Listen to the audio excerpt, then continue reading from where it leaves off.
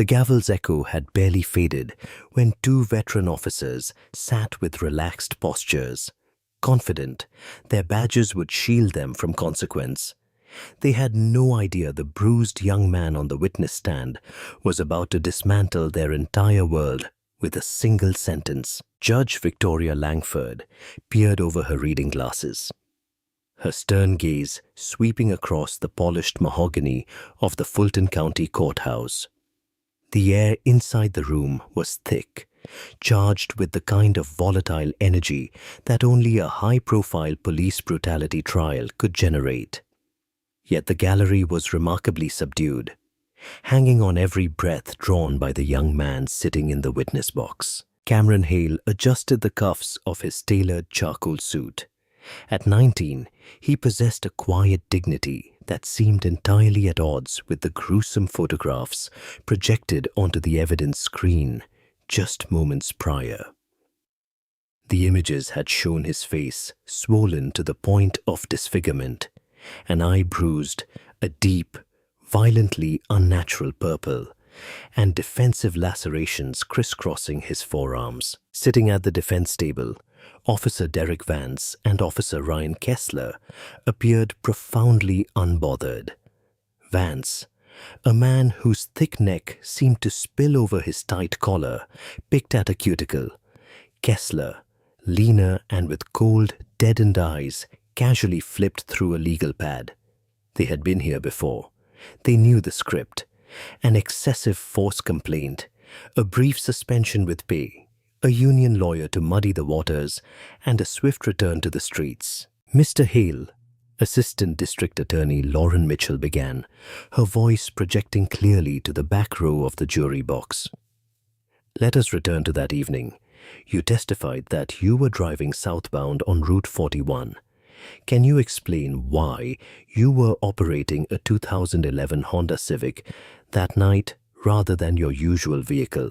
Objection, drawled Preston Ward, the defense attorney provided by the police union. He stood up slowly, feigning a weary sigh. Relevance. Your Honor, the make of the car does not excuse the plaintiff's erratic driving or subsequent resisting of arrest. Overruled. Judge Langford snapped instantly. I will allow it. Proceed, Mr. Hale. Cameron cleared his throat. My car was in the shop for a transmission issue. The dealership gave me the Civic as a temporary loaner. The registration was in the glove compartment under the dealership's name. Mitchell nodded, pacing slowly before the jury. And did you notice the patrol car behind you? I did, Cameron answered, his voice remarkably steady. They followed me for some distance before activating their lights. I signaled and pulled over into a well-lit gas station parking lot. At the defense table, Vance scoffed quietly, leaning over to whisper something to Kessler that made the younger officer smirk. They thought they had the narrative perfectly locked down. In their official report, Cameron had been described as combative, refusing lawful orders, and making furtive movements toward the center console. Tell the court what happened when Officer Vance approached your window, Mitchell prompted. Cameron's gaze drifted from the prosecutor directly to the defense table, locking onto Vance. The smirk on the officer's face faltered for a fraction of a second. I rolled all my windows down and placed both hands flat on the steering wheel, Cameron recounted. Officer Vance shined a heavy tactical flashlight directly into my eyes. He didn't ask for my license and registration. His first words were, "Get out of the damn car, boy." A soft murmur rippled through the gallery. Judge Langford tapped her gavel once, a sharp crack that restored absolute silence. Did you comply? Mitchell asked. I asked him why I was being pulled over, Cameron said. I stated clearly that my hands were on the wheel and asked if I could reach for my wallet. Before I could finish the sentence, Officer Kessler opened the passenger door, unbuckled my seatbelt, and Officer Vance grabbed me by the collar of my jacket. The courtroom felt as though the oxygen had been vacuumed out. The defense attorney, Ward, scribbled furiously, preparing to tear Cameron's testimony apart on cross-examination. Ward planned to paint Cameron as an entitled teenager who hadn't respected authority. He planned to use Cameron's youth and race against him, relying on the implicit biases that had saved so many of his clients before. Cameron took a slow, measured breath. I was pulled through the driver's side window halfway. Then the door was yanked open. I hit the wet pavement. I remember the smell of gasoline and rain. I didn't fight back. I curled into a fetal position to protect my head. That was when Officer Vance kicked me in the ribs. "Objection," Ward boomed. "Inflammatory and speculative. The officer's use of force was dictated by the suspect's active resistance. The witness is testifying to his own physical experience, Mr. Ward," Judge Langford said, her voice dropping an octave in warning. "Sit down." I heard a crack. Cameron continued, his voice echoing in the absolute stillness of the room. That was my second rib breaking. Officer Kessler put his knee on the back of my neck. I couldn't breathe. I kept telling them, "My wallet is in my left pocket. Please, just look at my ID. Please, just look at my name." Vance shifted uncomfortably in his chair. He remembered the kid begging them to look at his ID. At the time, Vance had thought it was just another street kid trying to pull a fast one, maybe claiming he knew an alderman or a local beat cop. He had responded by pressing Cameron's face harder into the asphalt, sneering, "I don't care if you're the mayor's bastard. You're going in." "They handcuffed me," Cameron said, looking directly at the jury. "They lifted me by the chain of the cuffs, tearing the rotator cuff in my right shoulder. Then they threw me into the back of their cruiser. They never read me my rights. They never checked the registration of the loaner car. They just drove." Mitchell paused, letting the severity of the testimony wash over the jurors. Several of them were visibly distressed, a middle-aged woman in the front row, clutching her hands together tightly. "No further questions for now, Your Honor," Mitchell said quietly, as Ward stood up to begin his cross-examination, ready to unleash a barrage of character assassination. He had no idea that the real destruction of his clients had already been set into motion weeks ago, on the very night they dragged Cameron into the 43rd Precinct. The fluorescent lights of the 43rd Precinct flickered with an irritating, relentless hum. It smelled of stale coffee, industrial floor wax, and the metallic tang of dried sweat. To Officers Vance and Kessler, it was home. To the people they dragged through its heavy steel doors, it was a purgatory where the truth was entirely dependent on what a cop decided to type into a report. On the night in question, Cameron Hale was shoved through those doors, his face a swollen mass of fresh bruising, a thin trail of crimson leaking from his split lip onto his ruined jacket. He was limping heavily, clutching his side where his ribs had fractured. Desk Sergeant Ellis barely looked up from his computer monitor. "What do we got, Vance?" "Resisting arrest, assaulting an officer, reckless driving." Vance rattled off effortlessly, tossing the keys to the impounded Honda Civic onto the high wooden desk. Kid thought he was a tough guy, swung at Kessler. Had to subdue him. Cameron, handcuffed to a steel bench across the room, looked up through his one good eye. "That's a lie. I never raised my hands." "Shut your mouth," Kessler snapped, stepping toward the bench. "Hey, take it easy, Ryan," Sergeant Ellis muttered, finally looking at the kid. Ellis had been on the job for years. He knew what a beating looked like, and he knew when cops were covering for a bruised ego rather than a real threat. But the blue wall of silence was impenetrable, and Ellis wasn't about to rock the boat over a teenager driving a beat-up loner. "Put him in holding cell 3. I'll process the paperwork." They dragged Cameron into the holding cell, the heavy iron bars slamming shut with a terrifying finality. The sound echoed through the precinct, a grim punctuation mark on the night's brutality. Time passed. Cameron sat on the cold concrete floor, refusing to lean against the wall because of the agonizing pain in his ribs. He watched the officers walking by, laughing, drinking coffee, totally unburdened by the violence they had just committed. Finally, Vance walked up to the bars, a styrofoam cup in his hand. He looked down at Cameron with a patronizing smirk. "You cooled off yet, tough guy?" "Systems backed up. You're going to be sitting here until arraignment tomorrow morning." Cameron looked up, his voice barely a whisper, yet completely devoid of fear. "I am legally entitled to one phone call." Vance chuckled, looking over his shoulder at Kessler, who had walked up behind him. "Kid wants his phone call. Who you going to call, kid? Mommy? Tell her to bring a checkbook for bail." "I want to make my call," Cameron repeated, his eyes locking onto Vance's with a chilling intensity that suddenly made the veteran cop deeply uncomfortable. It wasn't the look of a terrified kid. It was the look of someone holding a royal flush. "Fine, get him out," Vance sighed. "Let him use the desk phone. Keep it on speaker." Kessler hauled Cameron out of the cell and pushed him toward the booking desk.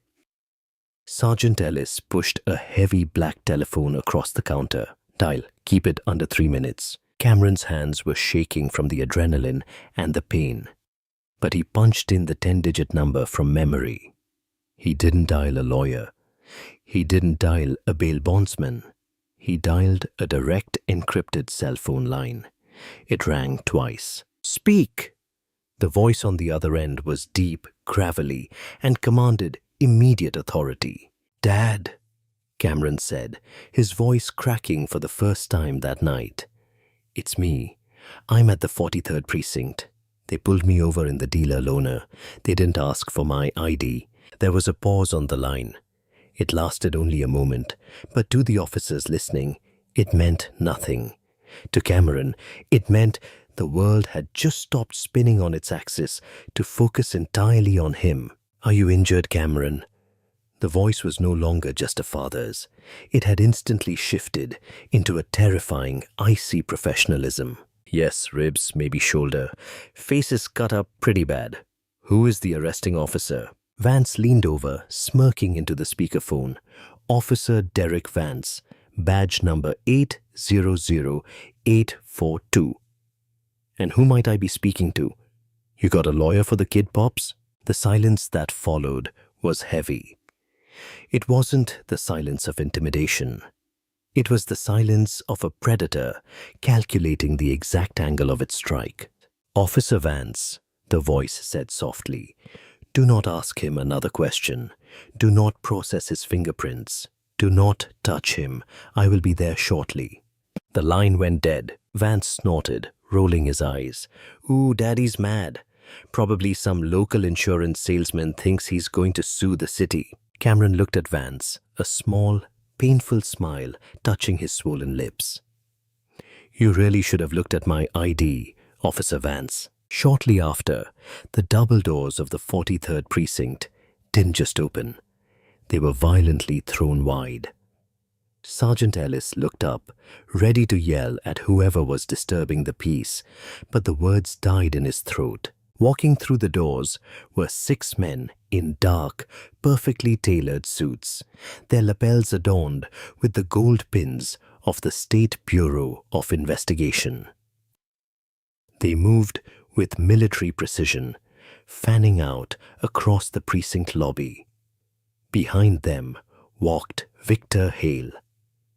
He was a tall, imposing man with silvering temples and eyes that could cut through steel. He didn't look angry. He looked absolutely, terrifyingly serene.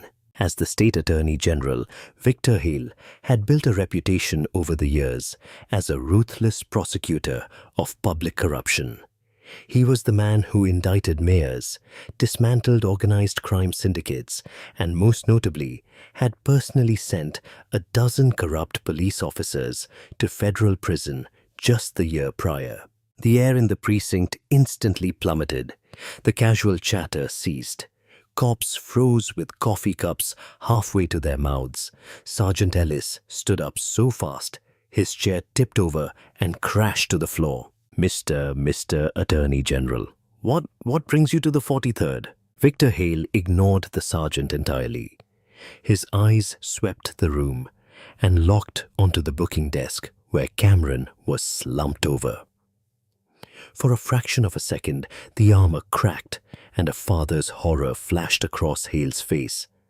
But it was immediately replaced by the cold, calculating wrath of the state's highest law enforcement officer. "My son," Victor said, his voice dropping like an anvil into the silent room. Vance, who was leaning against a filing cabinet, turned completely white. The blood drained from his face so fast he looked as though he might pass out. Kessler actually took a physical step backward, his hand dropping away from his utility belt as if the leather had suddenly caught fire. "Sir," Ellis stammered, frantically looking between Cameron and the Attorney General. We didn't know. The name the car wasn't registered to." "You didn't know?" Victor interrupted, his voice never rising above a conversational volume, which somehow made it vastly more intimidating. He walked slowly toward the desk. "You are telling me, Sergeant, that your officers require a suspect to be the son of the Attorney General in order to refrain from fracturing his ribs during a routine traffic stop?" "No, sir. I mean..." Victor turned his gaze to Vance. "Officer Derek Vance, badge 800842. Vance swallowed hard. "Yes, sir. Listen, there was a misunderstanding. He was reaching." "Save it for the federal indictment," Victor said softly. He snapped his fingers without looking back. Two of the SBI agents stepped forward immediately. "Agent Harper, confiscate the body camera footage of Officers Vance and Kessler. Secure the dash cam from their cruiser. I want the hard drives from this precinct's holding cell cameras removed and placed in my vehicle." "You can't do that," Vance panicked, his arrogant facade crumbling into pure desperation. "That's precinct property. You need a warrant." Victor Hale stepped so close to Vance that the officer had to lean back. "I am the chief law enforcement officer of this state, Officer Vance. I do not need a warrant to investigate a felony assault occurring on government property. Your badges, both of you, on the desk, now." The sheer gravity of the moment was suffocating. Kessler, trembling visibly, unpinned his shield and placed it on the worn wood. Vance hesitated, a vein bulging in his forehead, but the icy stare of the SBI agents flanking the Attorney General broke him. His badge hit the desk with a heavy clatter. Victor turned his back on them, walking over to Cameron. Gently, he placed a hand on his son's uninjured shoulder. "Let's go home, Cameron. We have a trial to prepare for." The harsh fluorescent lights of courtroom 302 seemed to burn brighter as Preston Ward stepped up to the podium for cross-examination. The defense attorney smoothed his silk tie, his face a mask of practiced skepticism.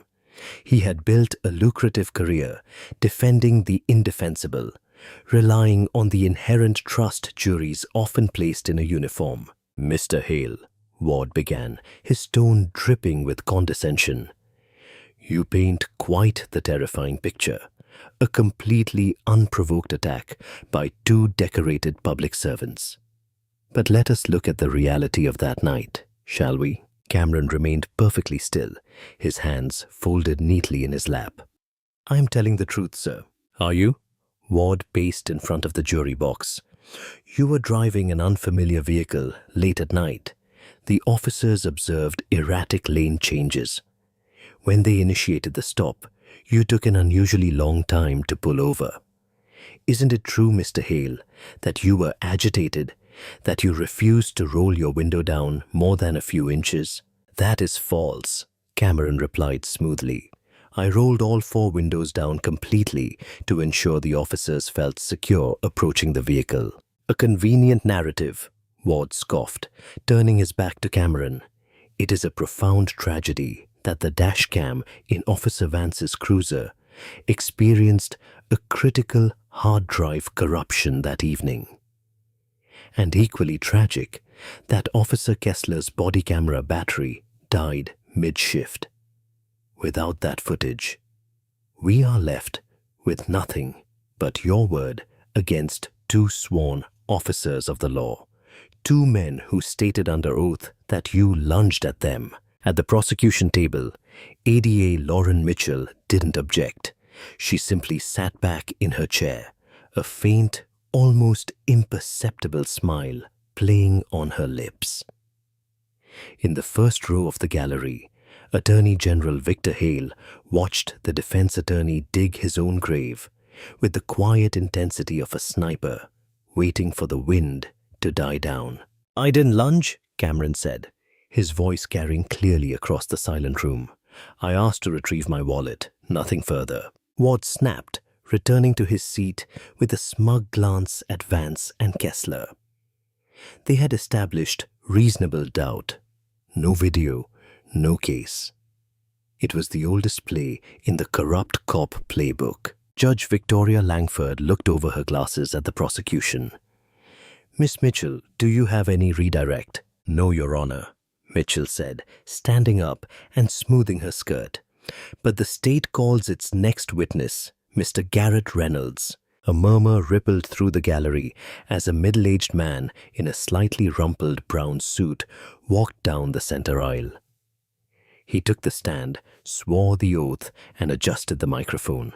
"Mr. Reynolds," Mitchell began, approaching the witness stand, "could you state your occupation for the record?" "I am the general manager of Harrison Honda, the dealership where the Hale family has purchased their vehicles for the last decade." Ward frowned, leaning over to whisper to Vance.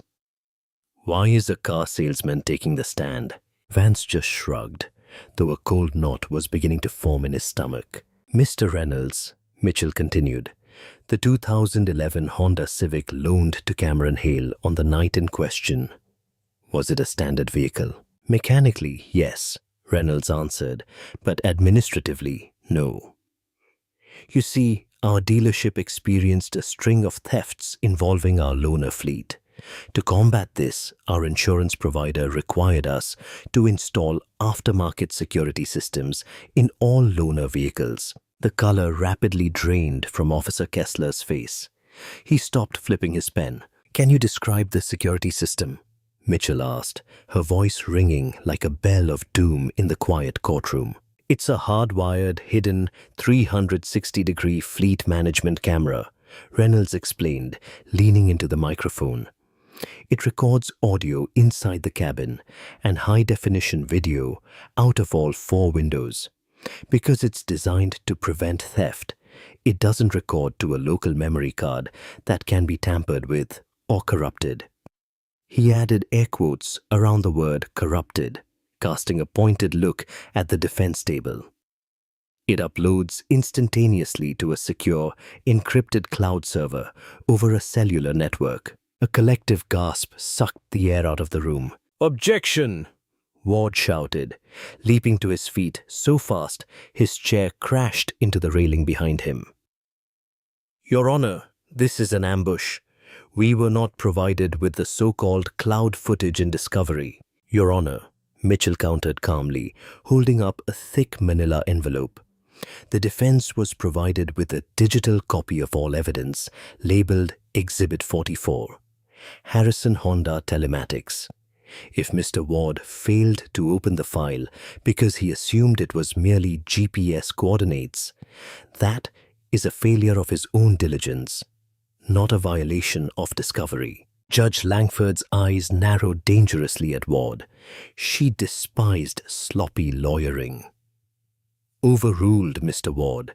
The evidence was submitted. You may proceed, Miss Mitchell." "Your Honor," Mitchell said, her eyes locking onto the 2 officers, "the state requests permission to publish Exhibit 44 to the jury." The courtroom lights dimmed. The large projector screen descending from the ceiling felt less like a piece of audio-visual equipment and more like an executioner's blade. Officer Derek Vance gripped the edge of the defense table, his knuckles turning stark white. He had personally taken a magnet to the precinct's hard drives. He had smashed Kessler's body camera with a boot heel in the locker room. They had covered every angle, or so they thought. The screen flickered to life. The footage was split into 4 quadrants, showing the front, back, and sides of the Honda Civic, with a high-quality audio feed crystal clear over the courtroom speakers. The jury watched as the police cruiser's lights flashed in the rear-view quadrant. They heard the rhythmic ticking of the turn signal as Cameron calmly navigated into the well-lit gas station. The audio captured Cameron's steady breathing.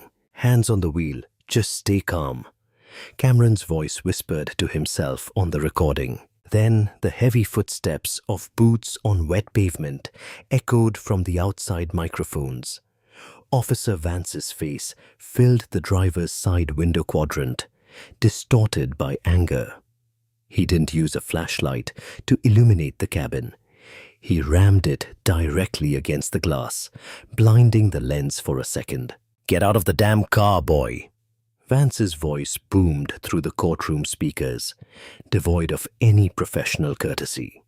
It was venomous, dripping with racial animus and unchecked aggression. "Officer, my hands are on the wheel," Cameron responded politely on the tape. "Can I ask why I am being pulled over? My wallet is in my left pocket." There was no furtive movement. There was no lunging. The video proved it beyond a shadow of a doubt. Cameron's hands were glued to the 10 and 2 positions on the steering wheel. Without another word, the passenger side camera caught Officer Kessler ripping the door open, lunging across the console to unbuckle Cameron's seatbelt. Simultaneously, Vance reached through the driver's window, grabbing Cameron by his hair and jacket collar. Several jurors gasped aloud. One juror covered her mouth in absolute horror. The audio captured the sickening thud of Cameron hitting the asphalt. "Stop, I'm not resisting," Cameron cried out on the recording. "Shut up," Vance roared.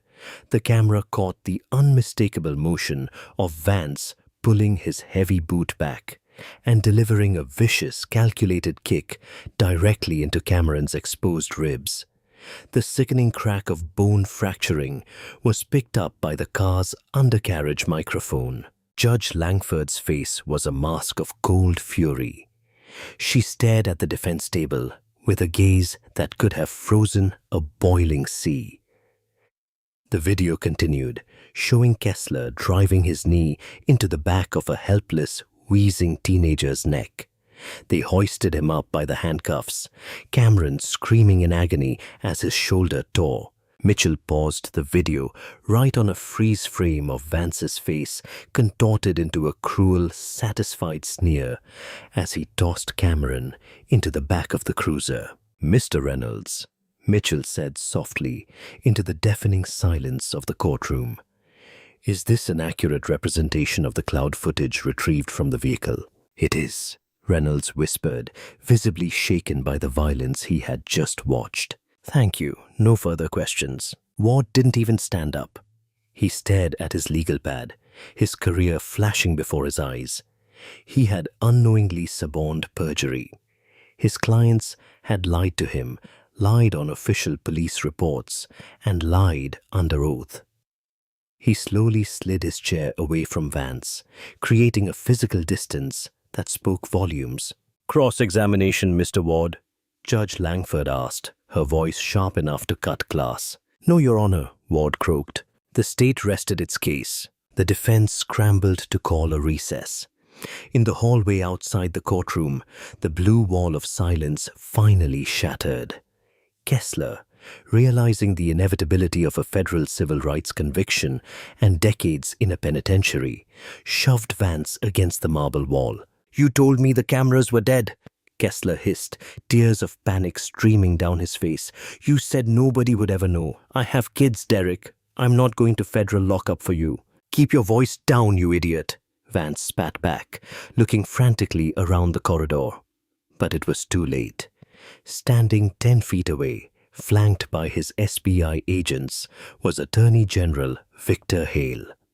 He wasn't smiling. He just watched the two men turn on each other like cornered rats. "Officer Kessler," Victor said, his voice echoing off the marble. Kessler froze, trembling. "If you wish to spare yourself the maximum sentence in a maximum security facility," Victor said methodically, "I suggest you instruct your attorney to speak with A. Mitchell immediately. The state might be inclined to offer a plea deal in exchange for your testimony against Officer Vance regarding the destruction of the precinct hard drives." Vance lunged at Kessler, but before he could even raise his fist, two SBI agents had Vance face down on the cold marble floor, his arms wrenched behind his back. "Derek Vance," one of the agents said, pulling out a pair of heavy steel handcuffs.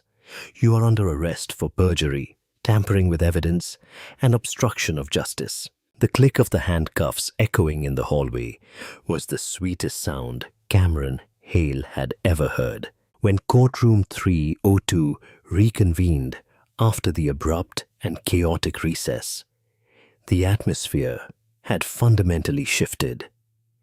The suffocating tension of a high-stakes trial had evaporated, replaced by the grim clinical efficiency of an execution. Officer Derek Vance sat completely alone at the defense table. Preston Ward, the union-appointed bulldog who had swaggered into the courtroom just hours prior, had formally withdrawn as counsel, citing a catastrophic breach of attorney-client privilege and the discovery of his client's active perjury. A terrified public defender now sat 2 rows behind Vance, furiously reading through the newly submitted evidence file. At the prosecution table, ADA Lauren Mitchell organized her notes. Beside her sat the state's newest star witness, former officer Ryan Kessler. Stripped of his badge, his uniform, and his arrogant smirk, Kessler looked small, pale, and entirely defeated. Judge Victoria Langford took the bench, her expression carved from granite. "Miss Mitchell, the state may call its next witness." "The state calls Ryan Kessler," Mitchell announced, her voice ringing clearly in the cavernous room. Vance shot a look of pure, unadulterated hatred at his former partner. Kessler flinched, refusing to make eye contact as he swore the oath and took the stand.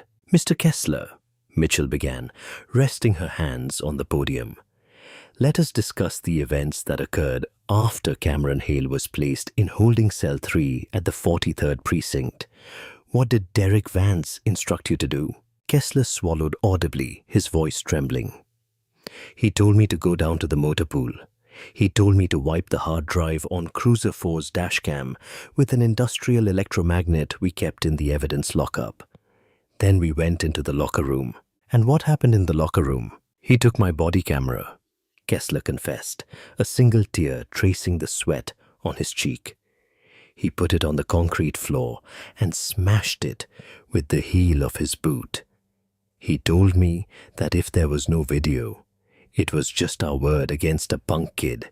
He said the union would cover us, just like they always did." A collective murmur of disgust swept through the gallery.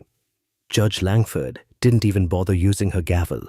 Her furious glare was enough to silence the room. "Mr. Kessler," Mitchell continued, walking slowly toward the jury box, "did Officer Vance express any remorse when he realized he had brutally assaulted the son of the state attorney general?" "No," Kessler whispered. "He was just angry that the kid had leverage. He told me we needed to double down on the resisting arrest narrative, so the DA would be forced to offer a plea deal to save the attorney general from a public scandal." At the defense table, Vance buried his face in his hands, his entire life, his pension, his freedom. It was all disintegrating in real time. But the hardest twist of karma was yet to come. Mitchell turned to the judge.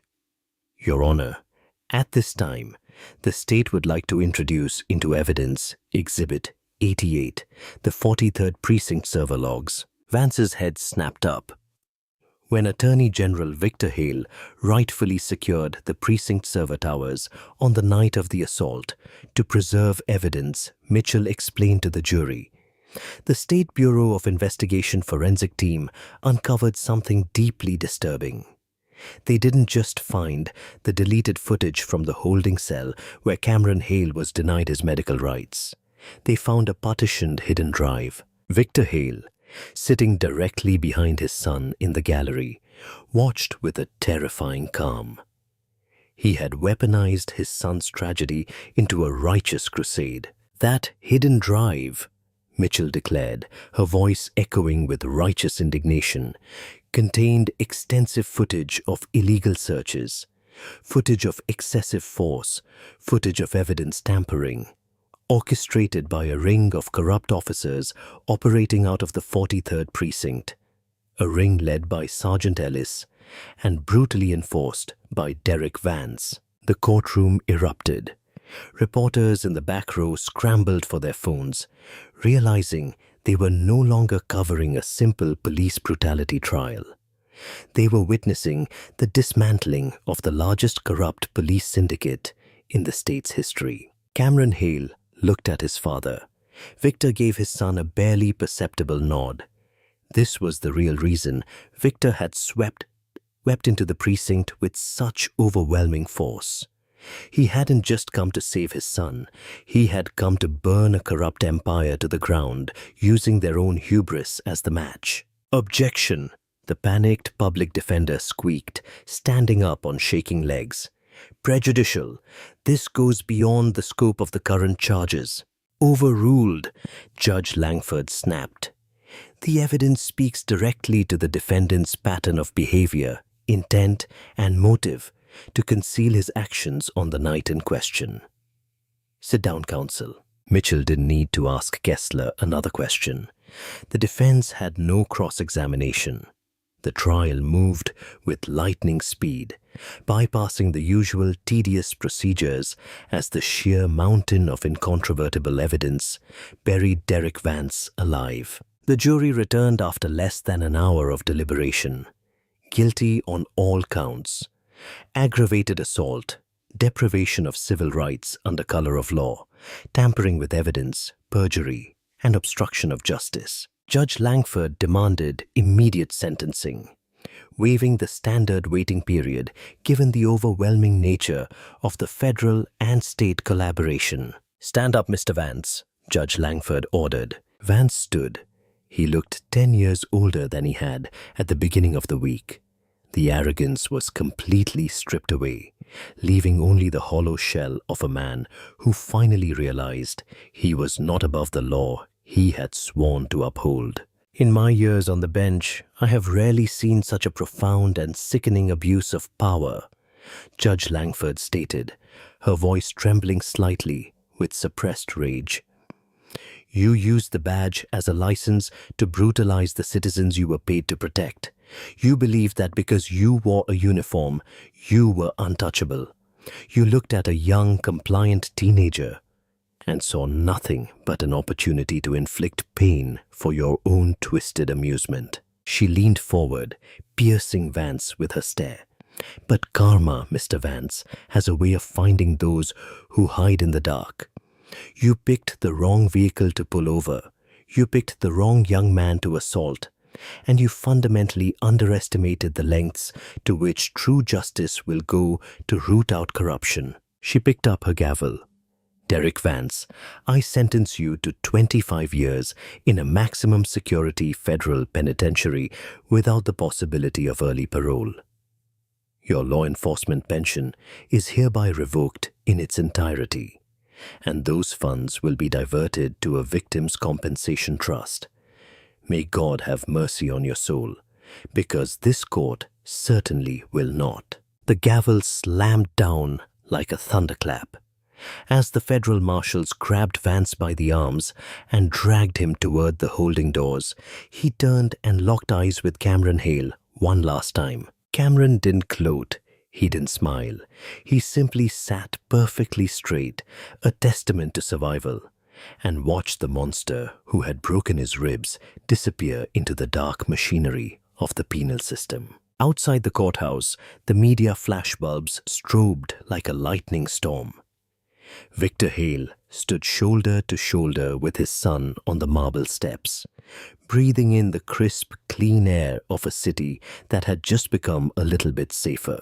The trial of Officer Derek Vance became a watershed moment in state history, sparking sweeping federal oversight that purged the 43rd precinct of its deeply rooted corruption.